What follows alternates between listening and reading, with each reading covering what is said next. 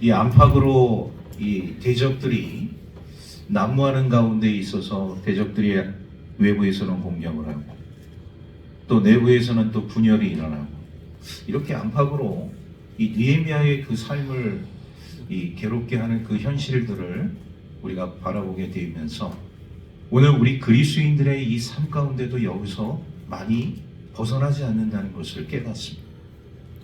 세상의 도전이 우리 그리스도인들에게 있다는 것이죠. 우리 하나님의 백성들에게 수많은 이 도전들이 난무하게 되어지고 오늘 이제 느헤미야의 말씀을 우리가 함께 이제 살펴볼 텐데 이런 방해 공작이라든지 중상모략이라든지 음모라든지 그리고 비겁한 타협이라든지 이런 상황들이 오늘 우리 그리스도인들의 삶 가운데 있음을 우리가 깨닫습니다. 우리가 위대한 신앙 여정을 행하는 데 있어서 여러분 그냥 이 위대한 신앙 여정은 되어지는 게 아니에요. 우리의 신앙도 말이죠. 그냥 앞을 향해서 막 달려가다 잘 달려가다가 갑자기 무슨 돌뿌리에 걸려서 넘어질 때도 있고 누군가 사람에 의해서 환경에 의해서 우리의 삶이 제동이 걸릴 때도 있다는 것을 우리가 깨닫습니다. 우리 아프리카 선교의 아버지라고 이야기하는 리빙스턴 선교사님이 계셔요. 아내와 함께 아프리카로 선교를 갔습니다. 여러분 그 리빙스턴이 이 아프리카에 선교를 가던 그 당시에는 지금도 뭐 아프리카의 그 삶이 굉장히 힘들고 어려운 삶이죠. 그 당시에 20세기 초, 19세기 말에서 20세기 초에는 더 어려움과 환난이 아프리카에 있었는데 그런데 이런 모든 삶을 뒤로하고 이 아프리카의 선교사로 뛰어든 리빙스턴과 그 아내가 막상 이 아프리카에서 선교 활동을 하게 되어질 때 그 풍토병이라고 얘기하는 말라리아에 27번 감염이 됐었어요. 여러분 말라리아는 어떻게 보면 죽음의 사자입니다. 굉장한 고열과 함께 극심한 통증이 이 사람에게 찾아오기 때문에 한 번 걸리는 것도 참 힘들고 어려운 일인데 27번씩이나 말라리아에 감염이 됐다고 한다면 여느 사람 같으면 보따리 싸고 하면 다 고국으로 돌아갔을 거예요. 그런데 리빙스턴 선교사님은 끝까지 이 아프리카 선교에 헌신하며 자신의 삶을 아프리카에 두었던 위대한 하나님의 사람이라는 것을 우리가 바라보면서 오늘 이 느헤미야의 삶 가운데도 수많은 이 안팎의 도전들이 느헤미야의 삶 가운데 있음에도 불구하고 거기에 굴하지 않고 끝까지 주어진 그 사역에 힘을 쏟는 이 느헤미야의 모습을 보면서 오늘 이 말씀을 통해서 우리 함께 은혜 받기를 주의 이름으로 축복합니다. 여러분 위대한 신앙 여정을 가는 데 있어서 오늘 이제 느헤미야도요. 이제 이 세 가지로 이제 좀 살펴보려고 그래요. 첫 번째는 어떤 이런 도전들이 있었느냐? 이 방해 공작이 끊이지 않는다는 것을 깨닫습니다. 자, 오늘 말씀 1절과 2절 말씀 우리 한 목소리로 함께 다 같이 읽겠습니다. 시작. 산발락과 도비아와 아라비아 사람 게셈과 그 나머지 우리의 원수들이 내가 성벽을 건축하여 허물어진 틈을 남기지 아니하였다함을 들었는데 그때는 내가 아직 성문에 문짝을 달지 못한 때였더라. 산발락과 게셈이 내게 사람을 보내어 이르기를 보라 우리가 오노평지 한촌에서 서로 만나자 하니 실상은 나를 해하고자 함이었더라. 실상은 나를 해하고자 함이었더라.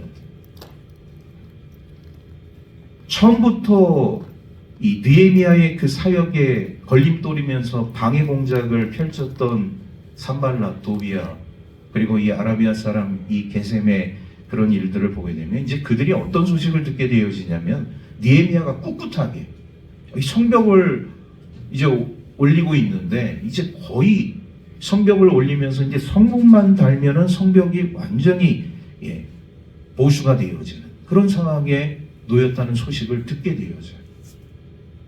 그러니 이 세 사람이 그냥 가만히 있을 수가 없죠. 그 가운데 산발락과 아라비아 사람 게셈이 말이죠. 아무리 느헤미야를 공격해도 무너뜨리려고 해도 꿈쩍도 하지 않으니까 그들의 이제 생각 속에서 이제 묘안을 하나 떠올렸어요. 느헤미야를 제3의 지대로 끌어내서 이제 그곳에서 해치려고 하는 그런 계략을 꾸미게 되어집니다. 그것이 바로 이제 오노 평야예요. 오노 평지에서 만나죠. 여러분, 이 오노 평지는 예루살렘 북서쪽 40km 떨어진 지점인데요. 이 사마리아와 아스돗이라는 그 중간 지대에 있는 지역입니다. 이 오노 평지에서 어느 한 사람을 보내서 이제 느헤미야에게 우리 여기서 이제 평화회담을 좀 하자. 말로는 평화회담이지. 그런데 막상 그 실속은 뭐냐? 느헤미야를 죽이고자 하는 이런 방해 공작이 그들의 계획 속에 있음을 오늘 우리가 이 말씀을 통해서 깨닫습니다. 마치 이런 일들을 잘하는 정권이 있어요. 북한 정권. 우리에게는 소위 말해서 평화회담을 한다고 하고서 무슨 일을 하느냐? 땅굴을 파요. 평화회담을 하자고 이렇게 이야기하면서 강릉에 잠수함을 보내서 말이죠. 거기서 무장공비를 침투시켜서 이렇게 수많은 사람들을 살상하거나 사회를 어지럽게 만든 이런 이중적인 잣대를 들이우면서 계획하는 이런 일들은 누가 잘하느냐? 사탄이 잘하는 일 중에 하나라는 것을 우리가 깨닫습니다. 그러니까 산발락과 도비아와 아라비아 사람 이 게셈이 꾸미는 그런 계략들을 보게 되어지면 이제는 느헤미야를 제거하지 않고서는 안 되는 그런 상황 속에 놓여졌다는 거예요. 그런데 느헤미야는 어떤 사람입니까? 이 깨어있는 사람이죠. 이들의 의중을 이미 간파를 했어요. 거절을 하는 거죠. 나는 가지 않겠다. 여러분, 이 느헤미야가 그들의 의중을 간파한다는 거 이게 쉬운 일이 아닙니다. 지금까지 느헤미야가 이렇게 예루살렘 총독으로 부름을 받아서 이곳에서 이 예루살렘 성벽을 재건하는 그런 중차대한 일을 감당하게 되어질 때 이런 수많은 그런 외부의 적들, 내부의 분열들이 있지 않았습니까? 그냥 이런 상황들을 그냥 보내게 되어지는 사람이라면 쉽게 그 평화회담에 응할 수밖에 없는 평화회담 좋지. 내가 언제 몇 시에 그곳에 나가겠다. 그러면 뭐 그들은 이미 소위 말해서 암살조를 다 편성해 놓고 느헤미야를 제거하는 그 순간만을 기다렸습니다. 그런데 느헤미야는 그들의 의중을 간파하고 그들의 제안을 거절합니다. 어떻게 이런 사탄의 계략을, 이런 의중을 파악할 수 있느냐? 이런 것들을 우리가 놓고 생각하게 되어질 때 한 가지 아주 중요한 사실이 있습니다. 그것은 느헤미야라는 사람은 하나님께 집중하는 사람이라. 여러분, 하나님께 집중한다는 것 굉장히 중요한 일입니다. 오늘 우리 하나님의 사람들의 삶 가운데 있어서 하나님께 집중을 하느냐 집중하지 못하느냐는 위기 때 나타나는 거예요. 위기 상황에서 내가 가지고 있는 경험과 지식과 방법으로 해결을 하려고 하는 사람이 있는 반면에 위기 때 나는 하나님의 사람이니까 먼저 하나님을 찾고 하나님이 나에게 주시는 은혜의 삶을 통해서 내가 이 위기를, 이 어려움을, 이 고난을 보란 듯이 이겨보리라. 이런 부류의 사람하고의 차이는 하늘과 땅 차이라는 것을 우리가 깨닫습니다. 그런데 오늘 이 느헤미야는 말이죠. 하나님께 집중하는 사람이었어요. 자신의 지도력을 의지하지 않았습니다. 자신의 경험, 자신의 능력을 의지하지 않았다는 것이죠. 혹자는 말이죠. 삶을 살아가면서 삶을 결정하는 여러 가지 그런 요인들이 있는데 그 삶을 결정하는 요인들을 어떤 환경에서 찾고 있는 사람들이 있어요. 틀린 말은 아닙니다. 부분적인 사실입니다. 그러나 전부는 아닙니다. 우리의 환경이 우리의 인생, 우리의 모든 삶을 다 결정하느냐? 아니죠. 그러면 우리의 삶을, 우리의 인생을 결정하는 그 방법은 우리가 어디서 찾아야 됩니까? 내가 지금 생각하고 있는 곳이 어디로 향하고 있는지, 내가 누구를 지금 찾고 있는지, 여기에 우리의 인생이 결정될 수 있다는 사실이에요. 그런데 이렇게 우리의 인생 가운데서 모든 것을 결정하고 우리의 삶을 주관하시는 그분, 우리 하나님을 집중해서 찾는 삶을 살아가는 우리 하나님의 사람들에게 우리 하나님께서 은혜를 베풀어 주시고 능력을 주시고 살아갈 수 있는 힘을 우리에게 제공해 주시는 줄로 믿습니다. 하나님께 집중하는 게 중요합니다. 우리 여호수아서 8장 30절에서 35절 이하의 말씀을 우리가 보게 되어지면 여호수아와 이스라엘 백성들이 여리고성을 무너뜨렸어요. 그 난공불락에서 여리고성을 정말 우리 하나님의 기가 막힌 방법으로 무너뜨렸어요. 그러니까 여호수아와 이스라엘 백성들이 사기가 충전할 수밖에, 엄청나게 지금 사기가 올라갈 수밖에 없는 것이죠.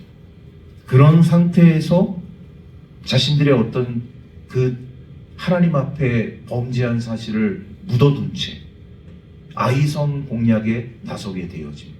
아이성은 너무나도 작은 성이고 보잘것없는 성이 너무나도 과소평가한 것이죠. 전쟁을 했어요. 결과는 어떻게 되느냐? 아이성 전투에서 참패를 했습니다.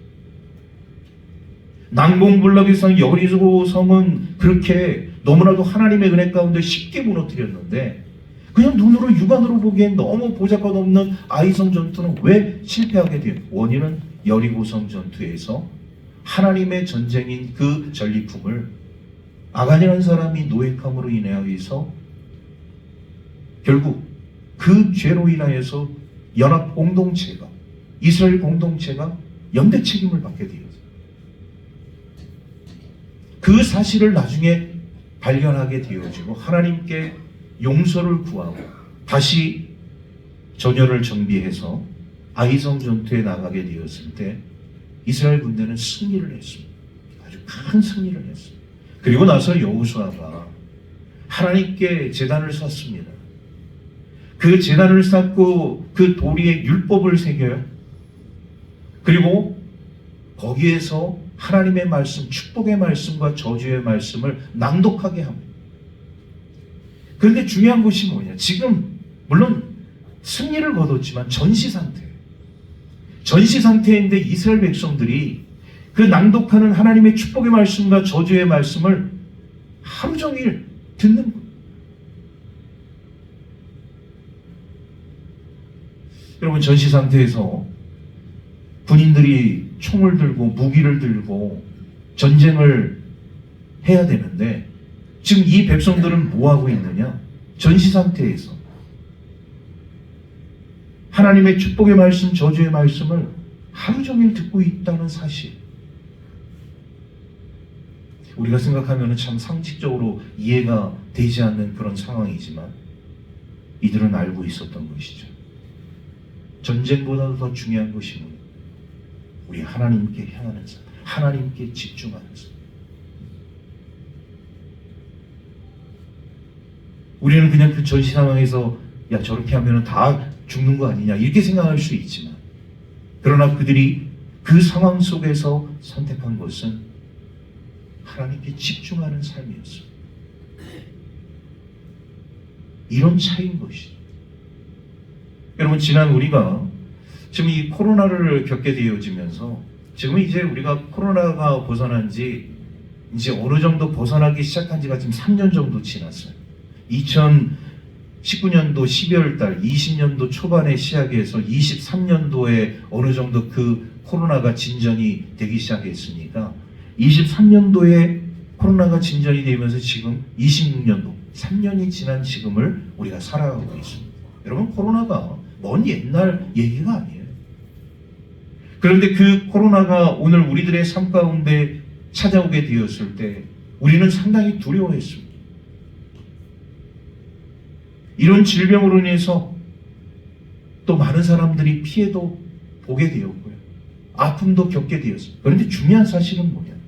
지금 우리가 이 코로나를 겪고 지난 이런 상황 속에서 처음에 알고 있었던 그 정보와 코로나에 대한 정보, 지금 우리가 알고 있는 코로나의 정보는 상당히 차이가 있다는 것을 깨닫습니다.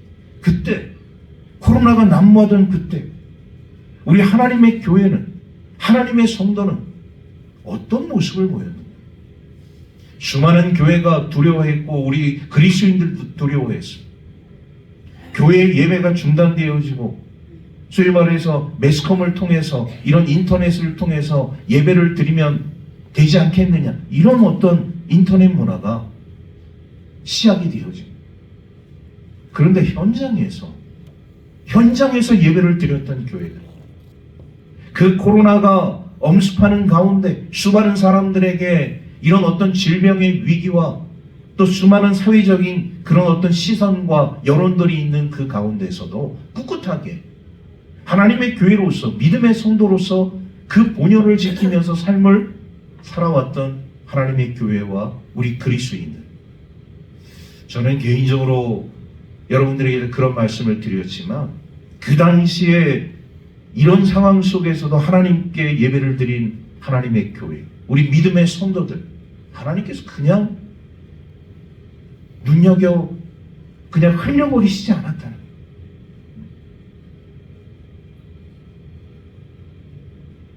지금 우리가 맞닥뜨리고 있는 현실을 우리가 보게 되어지면 어떻게 보면 코로나보다도 더 심각한 그런 상황 속에 놓여져 있는지도 모릅니다.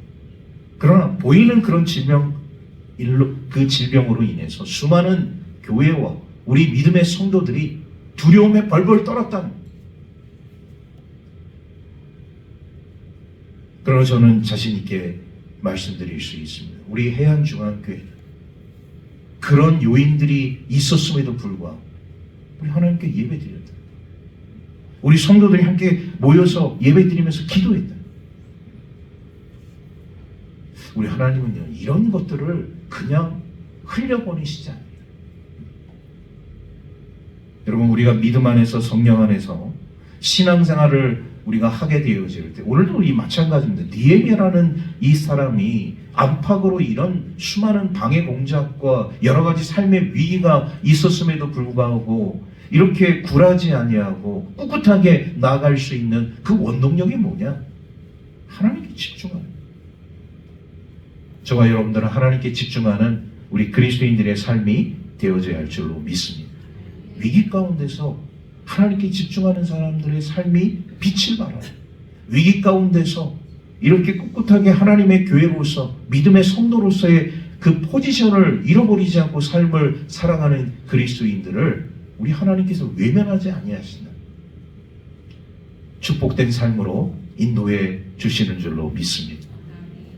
여러분, 느헤미야가 좀 당한 또 이 총체적 난국을 보게 되어지면, 이렇게 오너 평지에서 좀 끌어내서 이렇게 죽이려고 한 것이 이 수포로 돌아가게 되어지니까 이제는 본격적으로 느헤미야에 대한 중상모략이 시작이 되어집니다.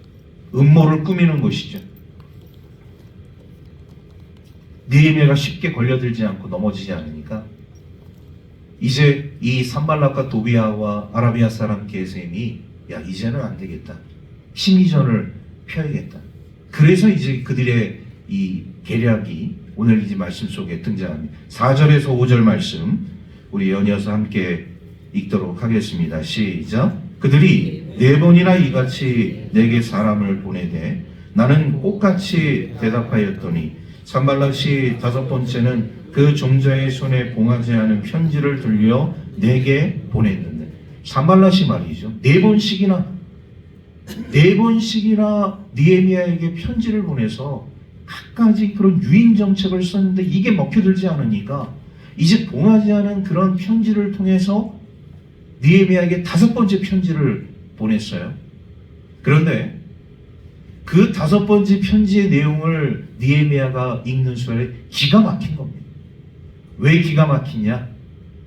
우리 6절에서 7절 말씀 우리 다 같이 한 목소리로 읽겠습니다. 시작. 그 글에 이르기를 이방 중에도 소문이 있고 가스모도 말하기를 너와 유다 사람들이 모반하려 하여 성벽을 건축한다 하나니 내가 그 말과 같이 왕이 되려 하는도다.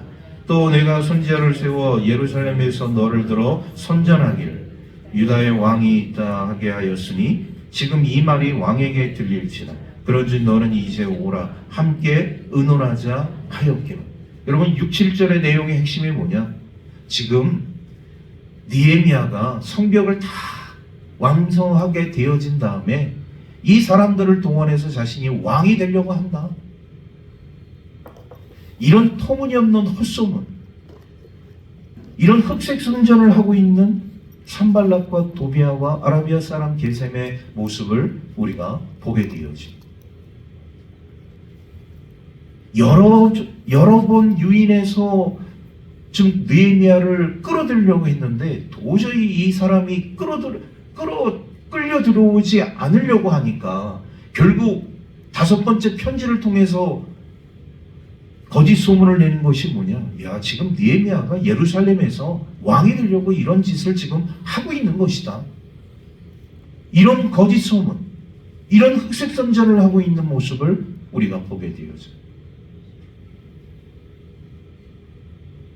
여러분, 오늘 우리들의 이 삶 가운데 있어서도요, 이런 거짓 소문, 흑색 선전이 얼마나 난무하고 있는지 몰라요.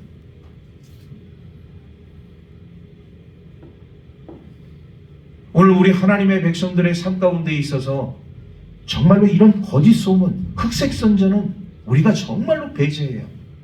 우리 하나님께서 싫어하는 3가지가 있어요. 첫 번째는 교만입니다. 두 번째는 거짓된 혀예요.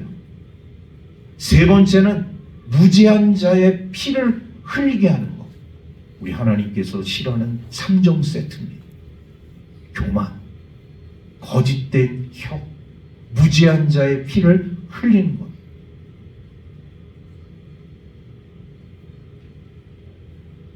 우리 하나님께서 싫어하는 그런 이 3가지 내용들을 우리가 바라보게 되어질 때 하나같이 제대로 된 삶의 모습이 없다는 것을 우리가 보게 됩니다. 열왕기하 24장 2절에서 3절 말씀을 보게 되면 하나님께서 이 유다 사람들에게 멸망의 이 경고의 메시지를 선포하게 하십니다. 그런데 왜 잘나가던 이 유다가 멸망을 할 수밖에 없느냐? 그것도 소위 말해서 바벨론이라는 나라에 왜 멸망할 수밖에 없느냐? 원인 제공자가 있어요. 므낫세라는 왕입니다. 므낫세. 너무나도 악한 왕이에요. 너무나도 악한 왕이고 우리 하나님의 말씀을 등한히 할 뿐만 아니라 우상을 만들고 수많은 사람들을 이 우상 앞에 절하게 하고 모자라서 말이죠. 하나님의 선지자를 잡아다가 하루에 몇 명씩 죽이는 이런 악한 행동을 했던 왕이 므낫세 왕이에요. 그런데 그 므낫세 왕의 그 죄로 인하여서 그 후손들이 이제 어떤 대가를 치르게 되어지느냐? 나라의 문을 닫게 되었다. 무지한 자의 피를 흘리게 하는 그런 놀라운 이런 어처구니 없는 죄를 므낫세라는 왕이 지음으로 인하여서 그 후손들이 그 영향력을 받아서 그 연대 책임으로 인해서 수많은 사람들이 이제 포로로 끌려가거나 죽게 되어지는 이런 상황에 놓이게 되어졌다. 우리 하나님께서 싫어하는 3가지: 교만, 거짓된 혀, 무지한 자의 흘리는 피. 여러분, 오늘 이 산발락과 이 게셈이라는 사람이 행하는 이런 어떤 느헤미야를 향한 중상모략, 이런 음모, 이것이 얼마나 심각한 우리 하나님께 대한 범죄인 것인가를 우리가 말씀을 통해서 깨닫습니다. 오늘 우리 그리스도인들은요, 삶을 살아가게 되어질 때 오해는 할 수 있어요. 사람과의 관계 속에서. 그러나 중상모략을 하면 안 돼요. 어떤 사람이 어떻게 이렇게 뭐가 되려고 이렇게 하려고 이렇게 한다더라.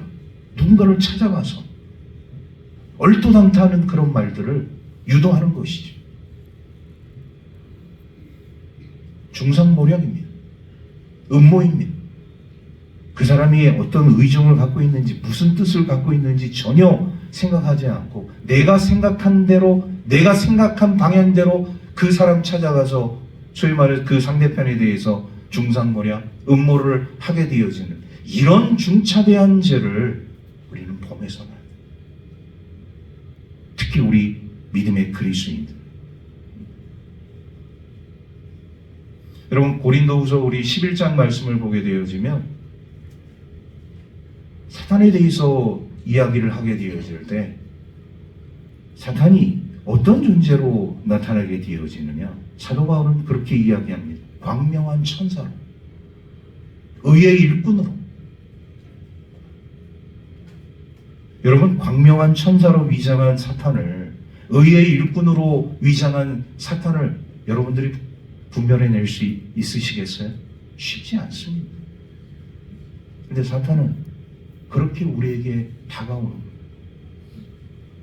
마치 정말 그런 신실한 모습으로 우리 하나님의 공동체에 들어와서 처음에는 그렇게 보일 수는 있어요. 의도된 방향이 점점 시간이 지나면 지날수록 본색을 드러나게 되는 거예요.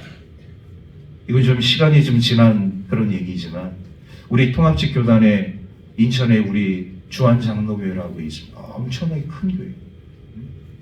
신천지가 딱 들어오게 되었는데 얼마나 그 사람들이 처음에는 열심히 헌신하면서 헌금도 하면서 인간관계 잘 맺으면서 그러다가 이제 어느 순간 이제 본색을 드러내는 거예요. 한 교구를 다 데리고 나갔어요. 한 교구. 여러분 주한장로교회가 이제 소위 말해서 한 4만 명 모이는 교회인데 거기 뭐 수십 교구가 있지 않겠습니까? 뭐 수백 교구도 될 수 있겠죠. 한 교구를 통째로 데리고 나갔다, 신천지가. 그러면 한 교구가 사라지는 동안에 다른 성도들은 뭘 하고 있었다는 얘기입니다. 왜 그들이 그거를 인식하지 못했냐?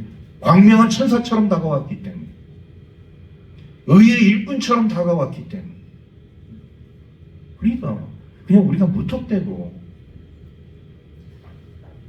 이런 일에 그냥 우리가 정신을 팔리고 우리의 그냥 삶을 무방비 상태로 놔두게 되어지면 삽시간에 사탄은 이렇게 역사하게 되어진다는 것을 우리가 깨닫습니다. 느헤미야의 삶도 마찬가지예요. 가진 방법으로 최선을 다해서 동원을 해도 넘어가지 않아요. 그러니까 이런 흑색 선전을 동원해서 야 이게 성벽 딱 재건한 다음에 느헤미야가 이 예루살렘의 왕이 되려고 한단 말이죠. 그런데 중요한 것은 뭔지 아세요? 예루살렘 사람들이 그런 흑색 선전에 동요되면 안 되잖아요. 그들도 다 그리스도인이고 하나님의 사람인데. 그런데 사람은요, 자꾸 그런 말을 듣다 보면 정말 그렇게 그런가 보다 그렇게 되네.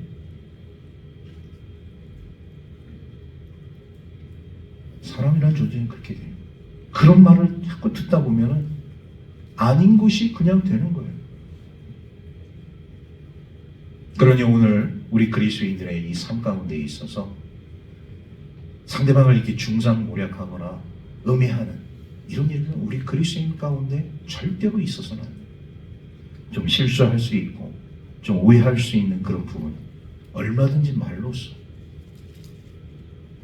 또 이해관계로서 풀어낼 수 있는, 그런데 그것을 점점 와전시켜서 확대시켜서 소위 말해서 거짓이 사실이냐, 절대로 이런 일은 우리 그리스도인들의 삶 가운데 있어서는 안 돼요. 저와 여러분들이 이런 중상모략과 이런 다른 상대방을 음해하는 그런 삶이 아니라 축복해주고 용서해주고 기도해줄 수 있는 우리 하나님의 사람들 되기를 주의 이름으로 축복합니다.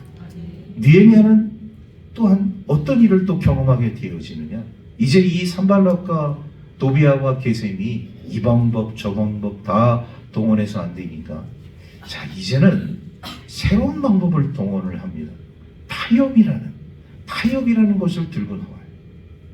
오늘 말씀 10절에서 11절 말씀 우리 함께 다 같이 읽도록 하겠습니다. 시작. 이후에 무에다멜의 손자 들라의 아들 스마야가 두무문출하기로 내가 그 집에 가니 그가 이르기를 그들이 너를 죽이러 올 터이니 우리가 하나님의 전으로 가서 외소 안에서 머물고 그 문을 닫자.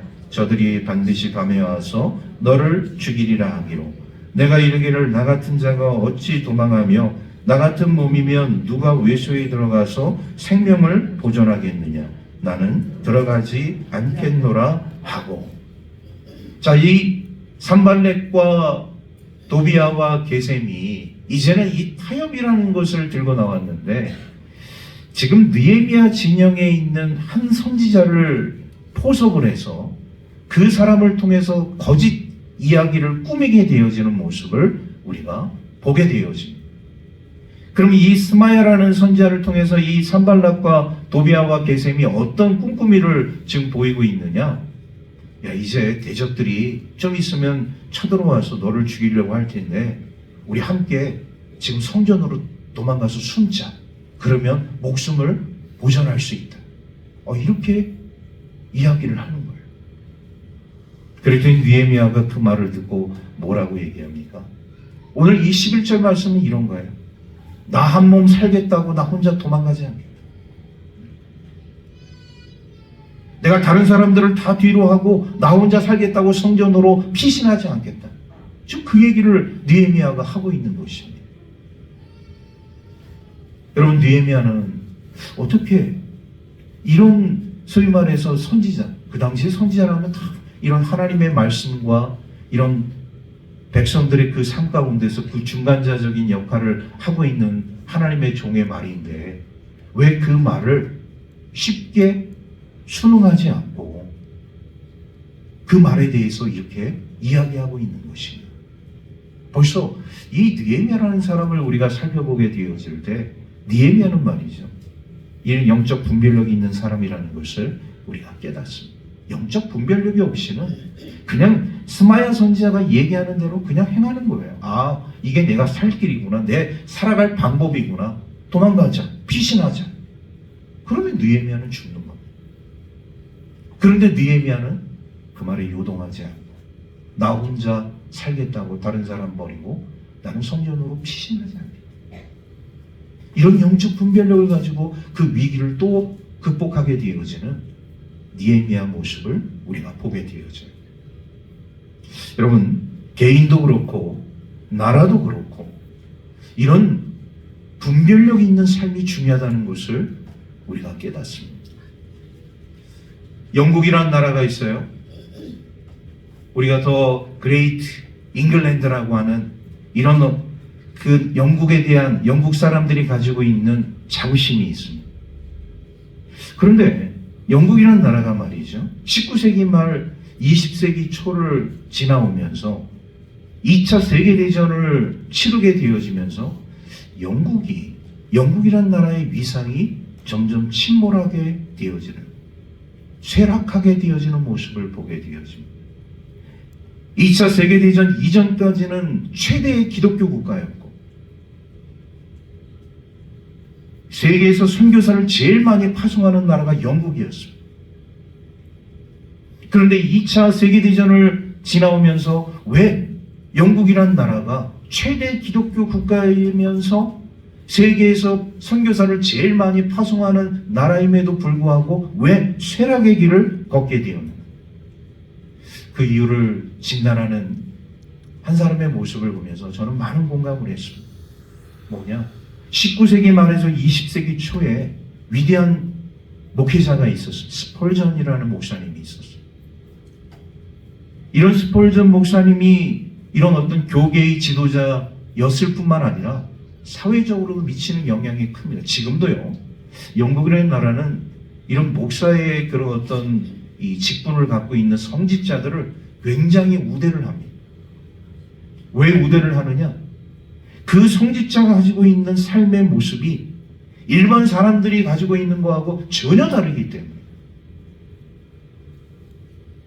그래서 우리 대한민국에서 생각하는 목사의 어떤 신분과 영국에서 생각하는 목사의 신분은 하늘과 땅 차이. 그만큼 성직자를 우대합니다. 그런데 스펄전이 존재했던 그 19세기 말 20세기 초에 그런 위대한 목회자이면서 사회적 지도자였던 그런 역량력 안에서 교회의 역할은 어떤 역할이었느냐? 정말로 힘들고 어렵고 가난하고 그렇게 구제할 것 많은 그 백성들을 교회가 책임지고 그 일에 발벗고 나섰다는 것이죠. 사회의 어두운 부분들을 교회가 밝혀주면서 나라가 하지 못하는, 국가가 하지 못하는 일들을 영국 교회가 그 일을 행하고 있었어요. 그런데 어느 순간부터 국가가 이 일에 개입을 하기 시작하더니 이런 영국 교회가 하던 일들을 다 국가에서 소위 말해서 하기 시작합니다. 그러니까 교회가 할 일이 없어지는 거예요. 그때부터 교회가 약화되기 시작합니다.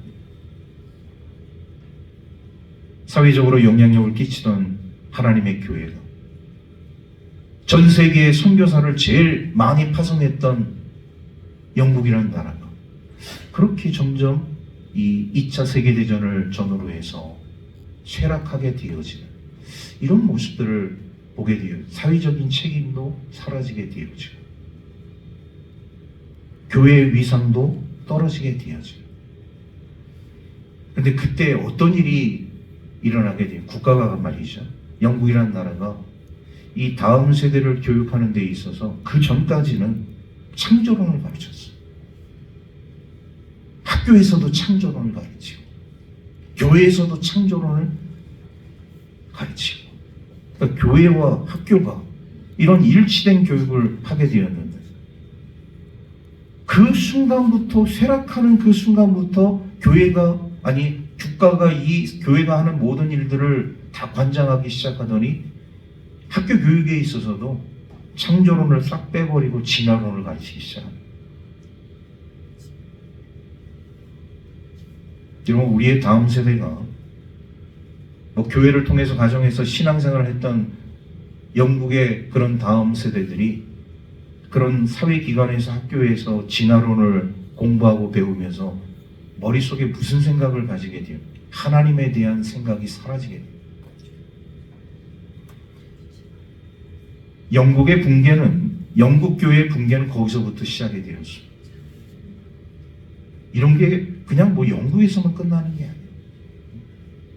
그렇게 되어지면서 영국이 가지고 있었던 최대의 선교사를 파송하는 국가 잃어버리게 되어지고 기독교 국가의 위상 사라지게 되어지고 그러므로 인해서 찾아온 것이 뭐냐? 영적 분별력이 사라지게 됩니다. 세계를 호령했던 2차 세계대전 전까지 세계를 호령했던 영국이 2차 세계대전을 지나면서 그 패권이 미국이라는 나라로 넘어가게 돼요. 오늘 우리 그리스도인들의 삶 가운데 있어서 여러분 영적 분별력은 너무나도 중요한 것이죠. 오늘 이 느헤미야가 이렇게 수많은 안팎으로 대적들이 난무하고 방해 공작하고 중상모략하고 음해하고 그런 거짓 타협하고 이런 상황 가운데서도 자신의 포지션을 지킬 수 있었던 것은 첫 번째는 하나님께 집중하는 삶. 영적 분별력을 가진 삶. 어떻게 보면 느헤미야의 삶 가운데 있어서 이것이 그를 지탱하는 최대의 영적 무기가 되었다는 것을 우리는 이 말씀을 통해서 깨닫습니다. 오늘 이 내용을 정리합니다. 중요한 것은 뭐냐? 오늘 우리 그리스도인들에게도 이런 방해 공작들, 이런 대적들의 방해 공작이 있을 수 있어요. 중상모략과 방해, 음해들이 있을 수 있습니다. 거짓된 타협들이 있을 수 있어요. 그런데 이것만은 여러분 기억하십시오. 그럼에도 불구하고 우리 하나님께서 우리를 위대한 하나님의 사람으로 불러주셨다. 그 부르심에 감사. 내가 이런 삶을 살고 있음에도 불구하고 하나님께서 나를 하나님의 그런 계획 가운데, 하나님의 예정 가운데 나를 불러주시고 소소하고 미미한 부족한 나를 하나님의 도구로 사용하시겠다는 그 약속의 말씀, 이거를 우리는 끝까지 붙들어야 할 줄로 믿습니다. 여러분, 위대한 신앙 여정은 그냥 되는 게 아니라는 것이죠. 위대한 하나님의 부르심에 우리가 순응하며 순종하며 나아가게 되어질 때 나의 삶 속에 있는 위기가 기회가 되어지고 하나님이 주신 놀라운 축복이 오늘 우리 하나님의 사람들의 삶 가운데 나타나게 될 줄로 믿습니다. 그래서 저와 여러분들이 그런 축복의 주인공이 되어지고 이런 위대한 신앙의 여정에 함께 동참해 나갈 수 있는 하나님의 사람들 되기를 주의 이름으로 축복합니다. 기도하겠습니다. 하나님 감사합니다. 우리 사순절 5째 주일을 우리가 보내면서 또 하나님의 귀한 생명의 말씀을 저희들에게 허락하여 주신 은혜 진심으로 감사를 드립니다. 우리 신앙의 사람 느헤미야를 우리가 바라보면서 위대한 신앙의 여정이 그냥 되어지는 것이 아님을 깨닫습니다. 우리 삶 가운데도 동일하게 이런 일들이 난무하고 있지 않습니다. 그럼에도 불구하고 우리 위대한 하나님께서 우리를 불러주심에 인도해 주심에 감사하고 그 계획에 순종하며 날아갈 수 있는 우리 하나님의 사람들 될 수 있도록 축복하여 주옵소서. 모든 것 감사드리며 우리 구주 예수 그리스도의 이름으로 기도하옵나이다. 아멘.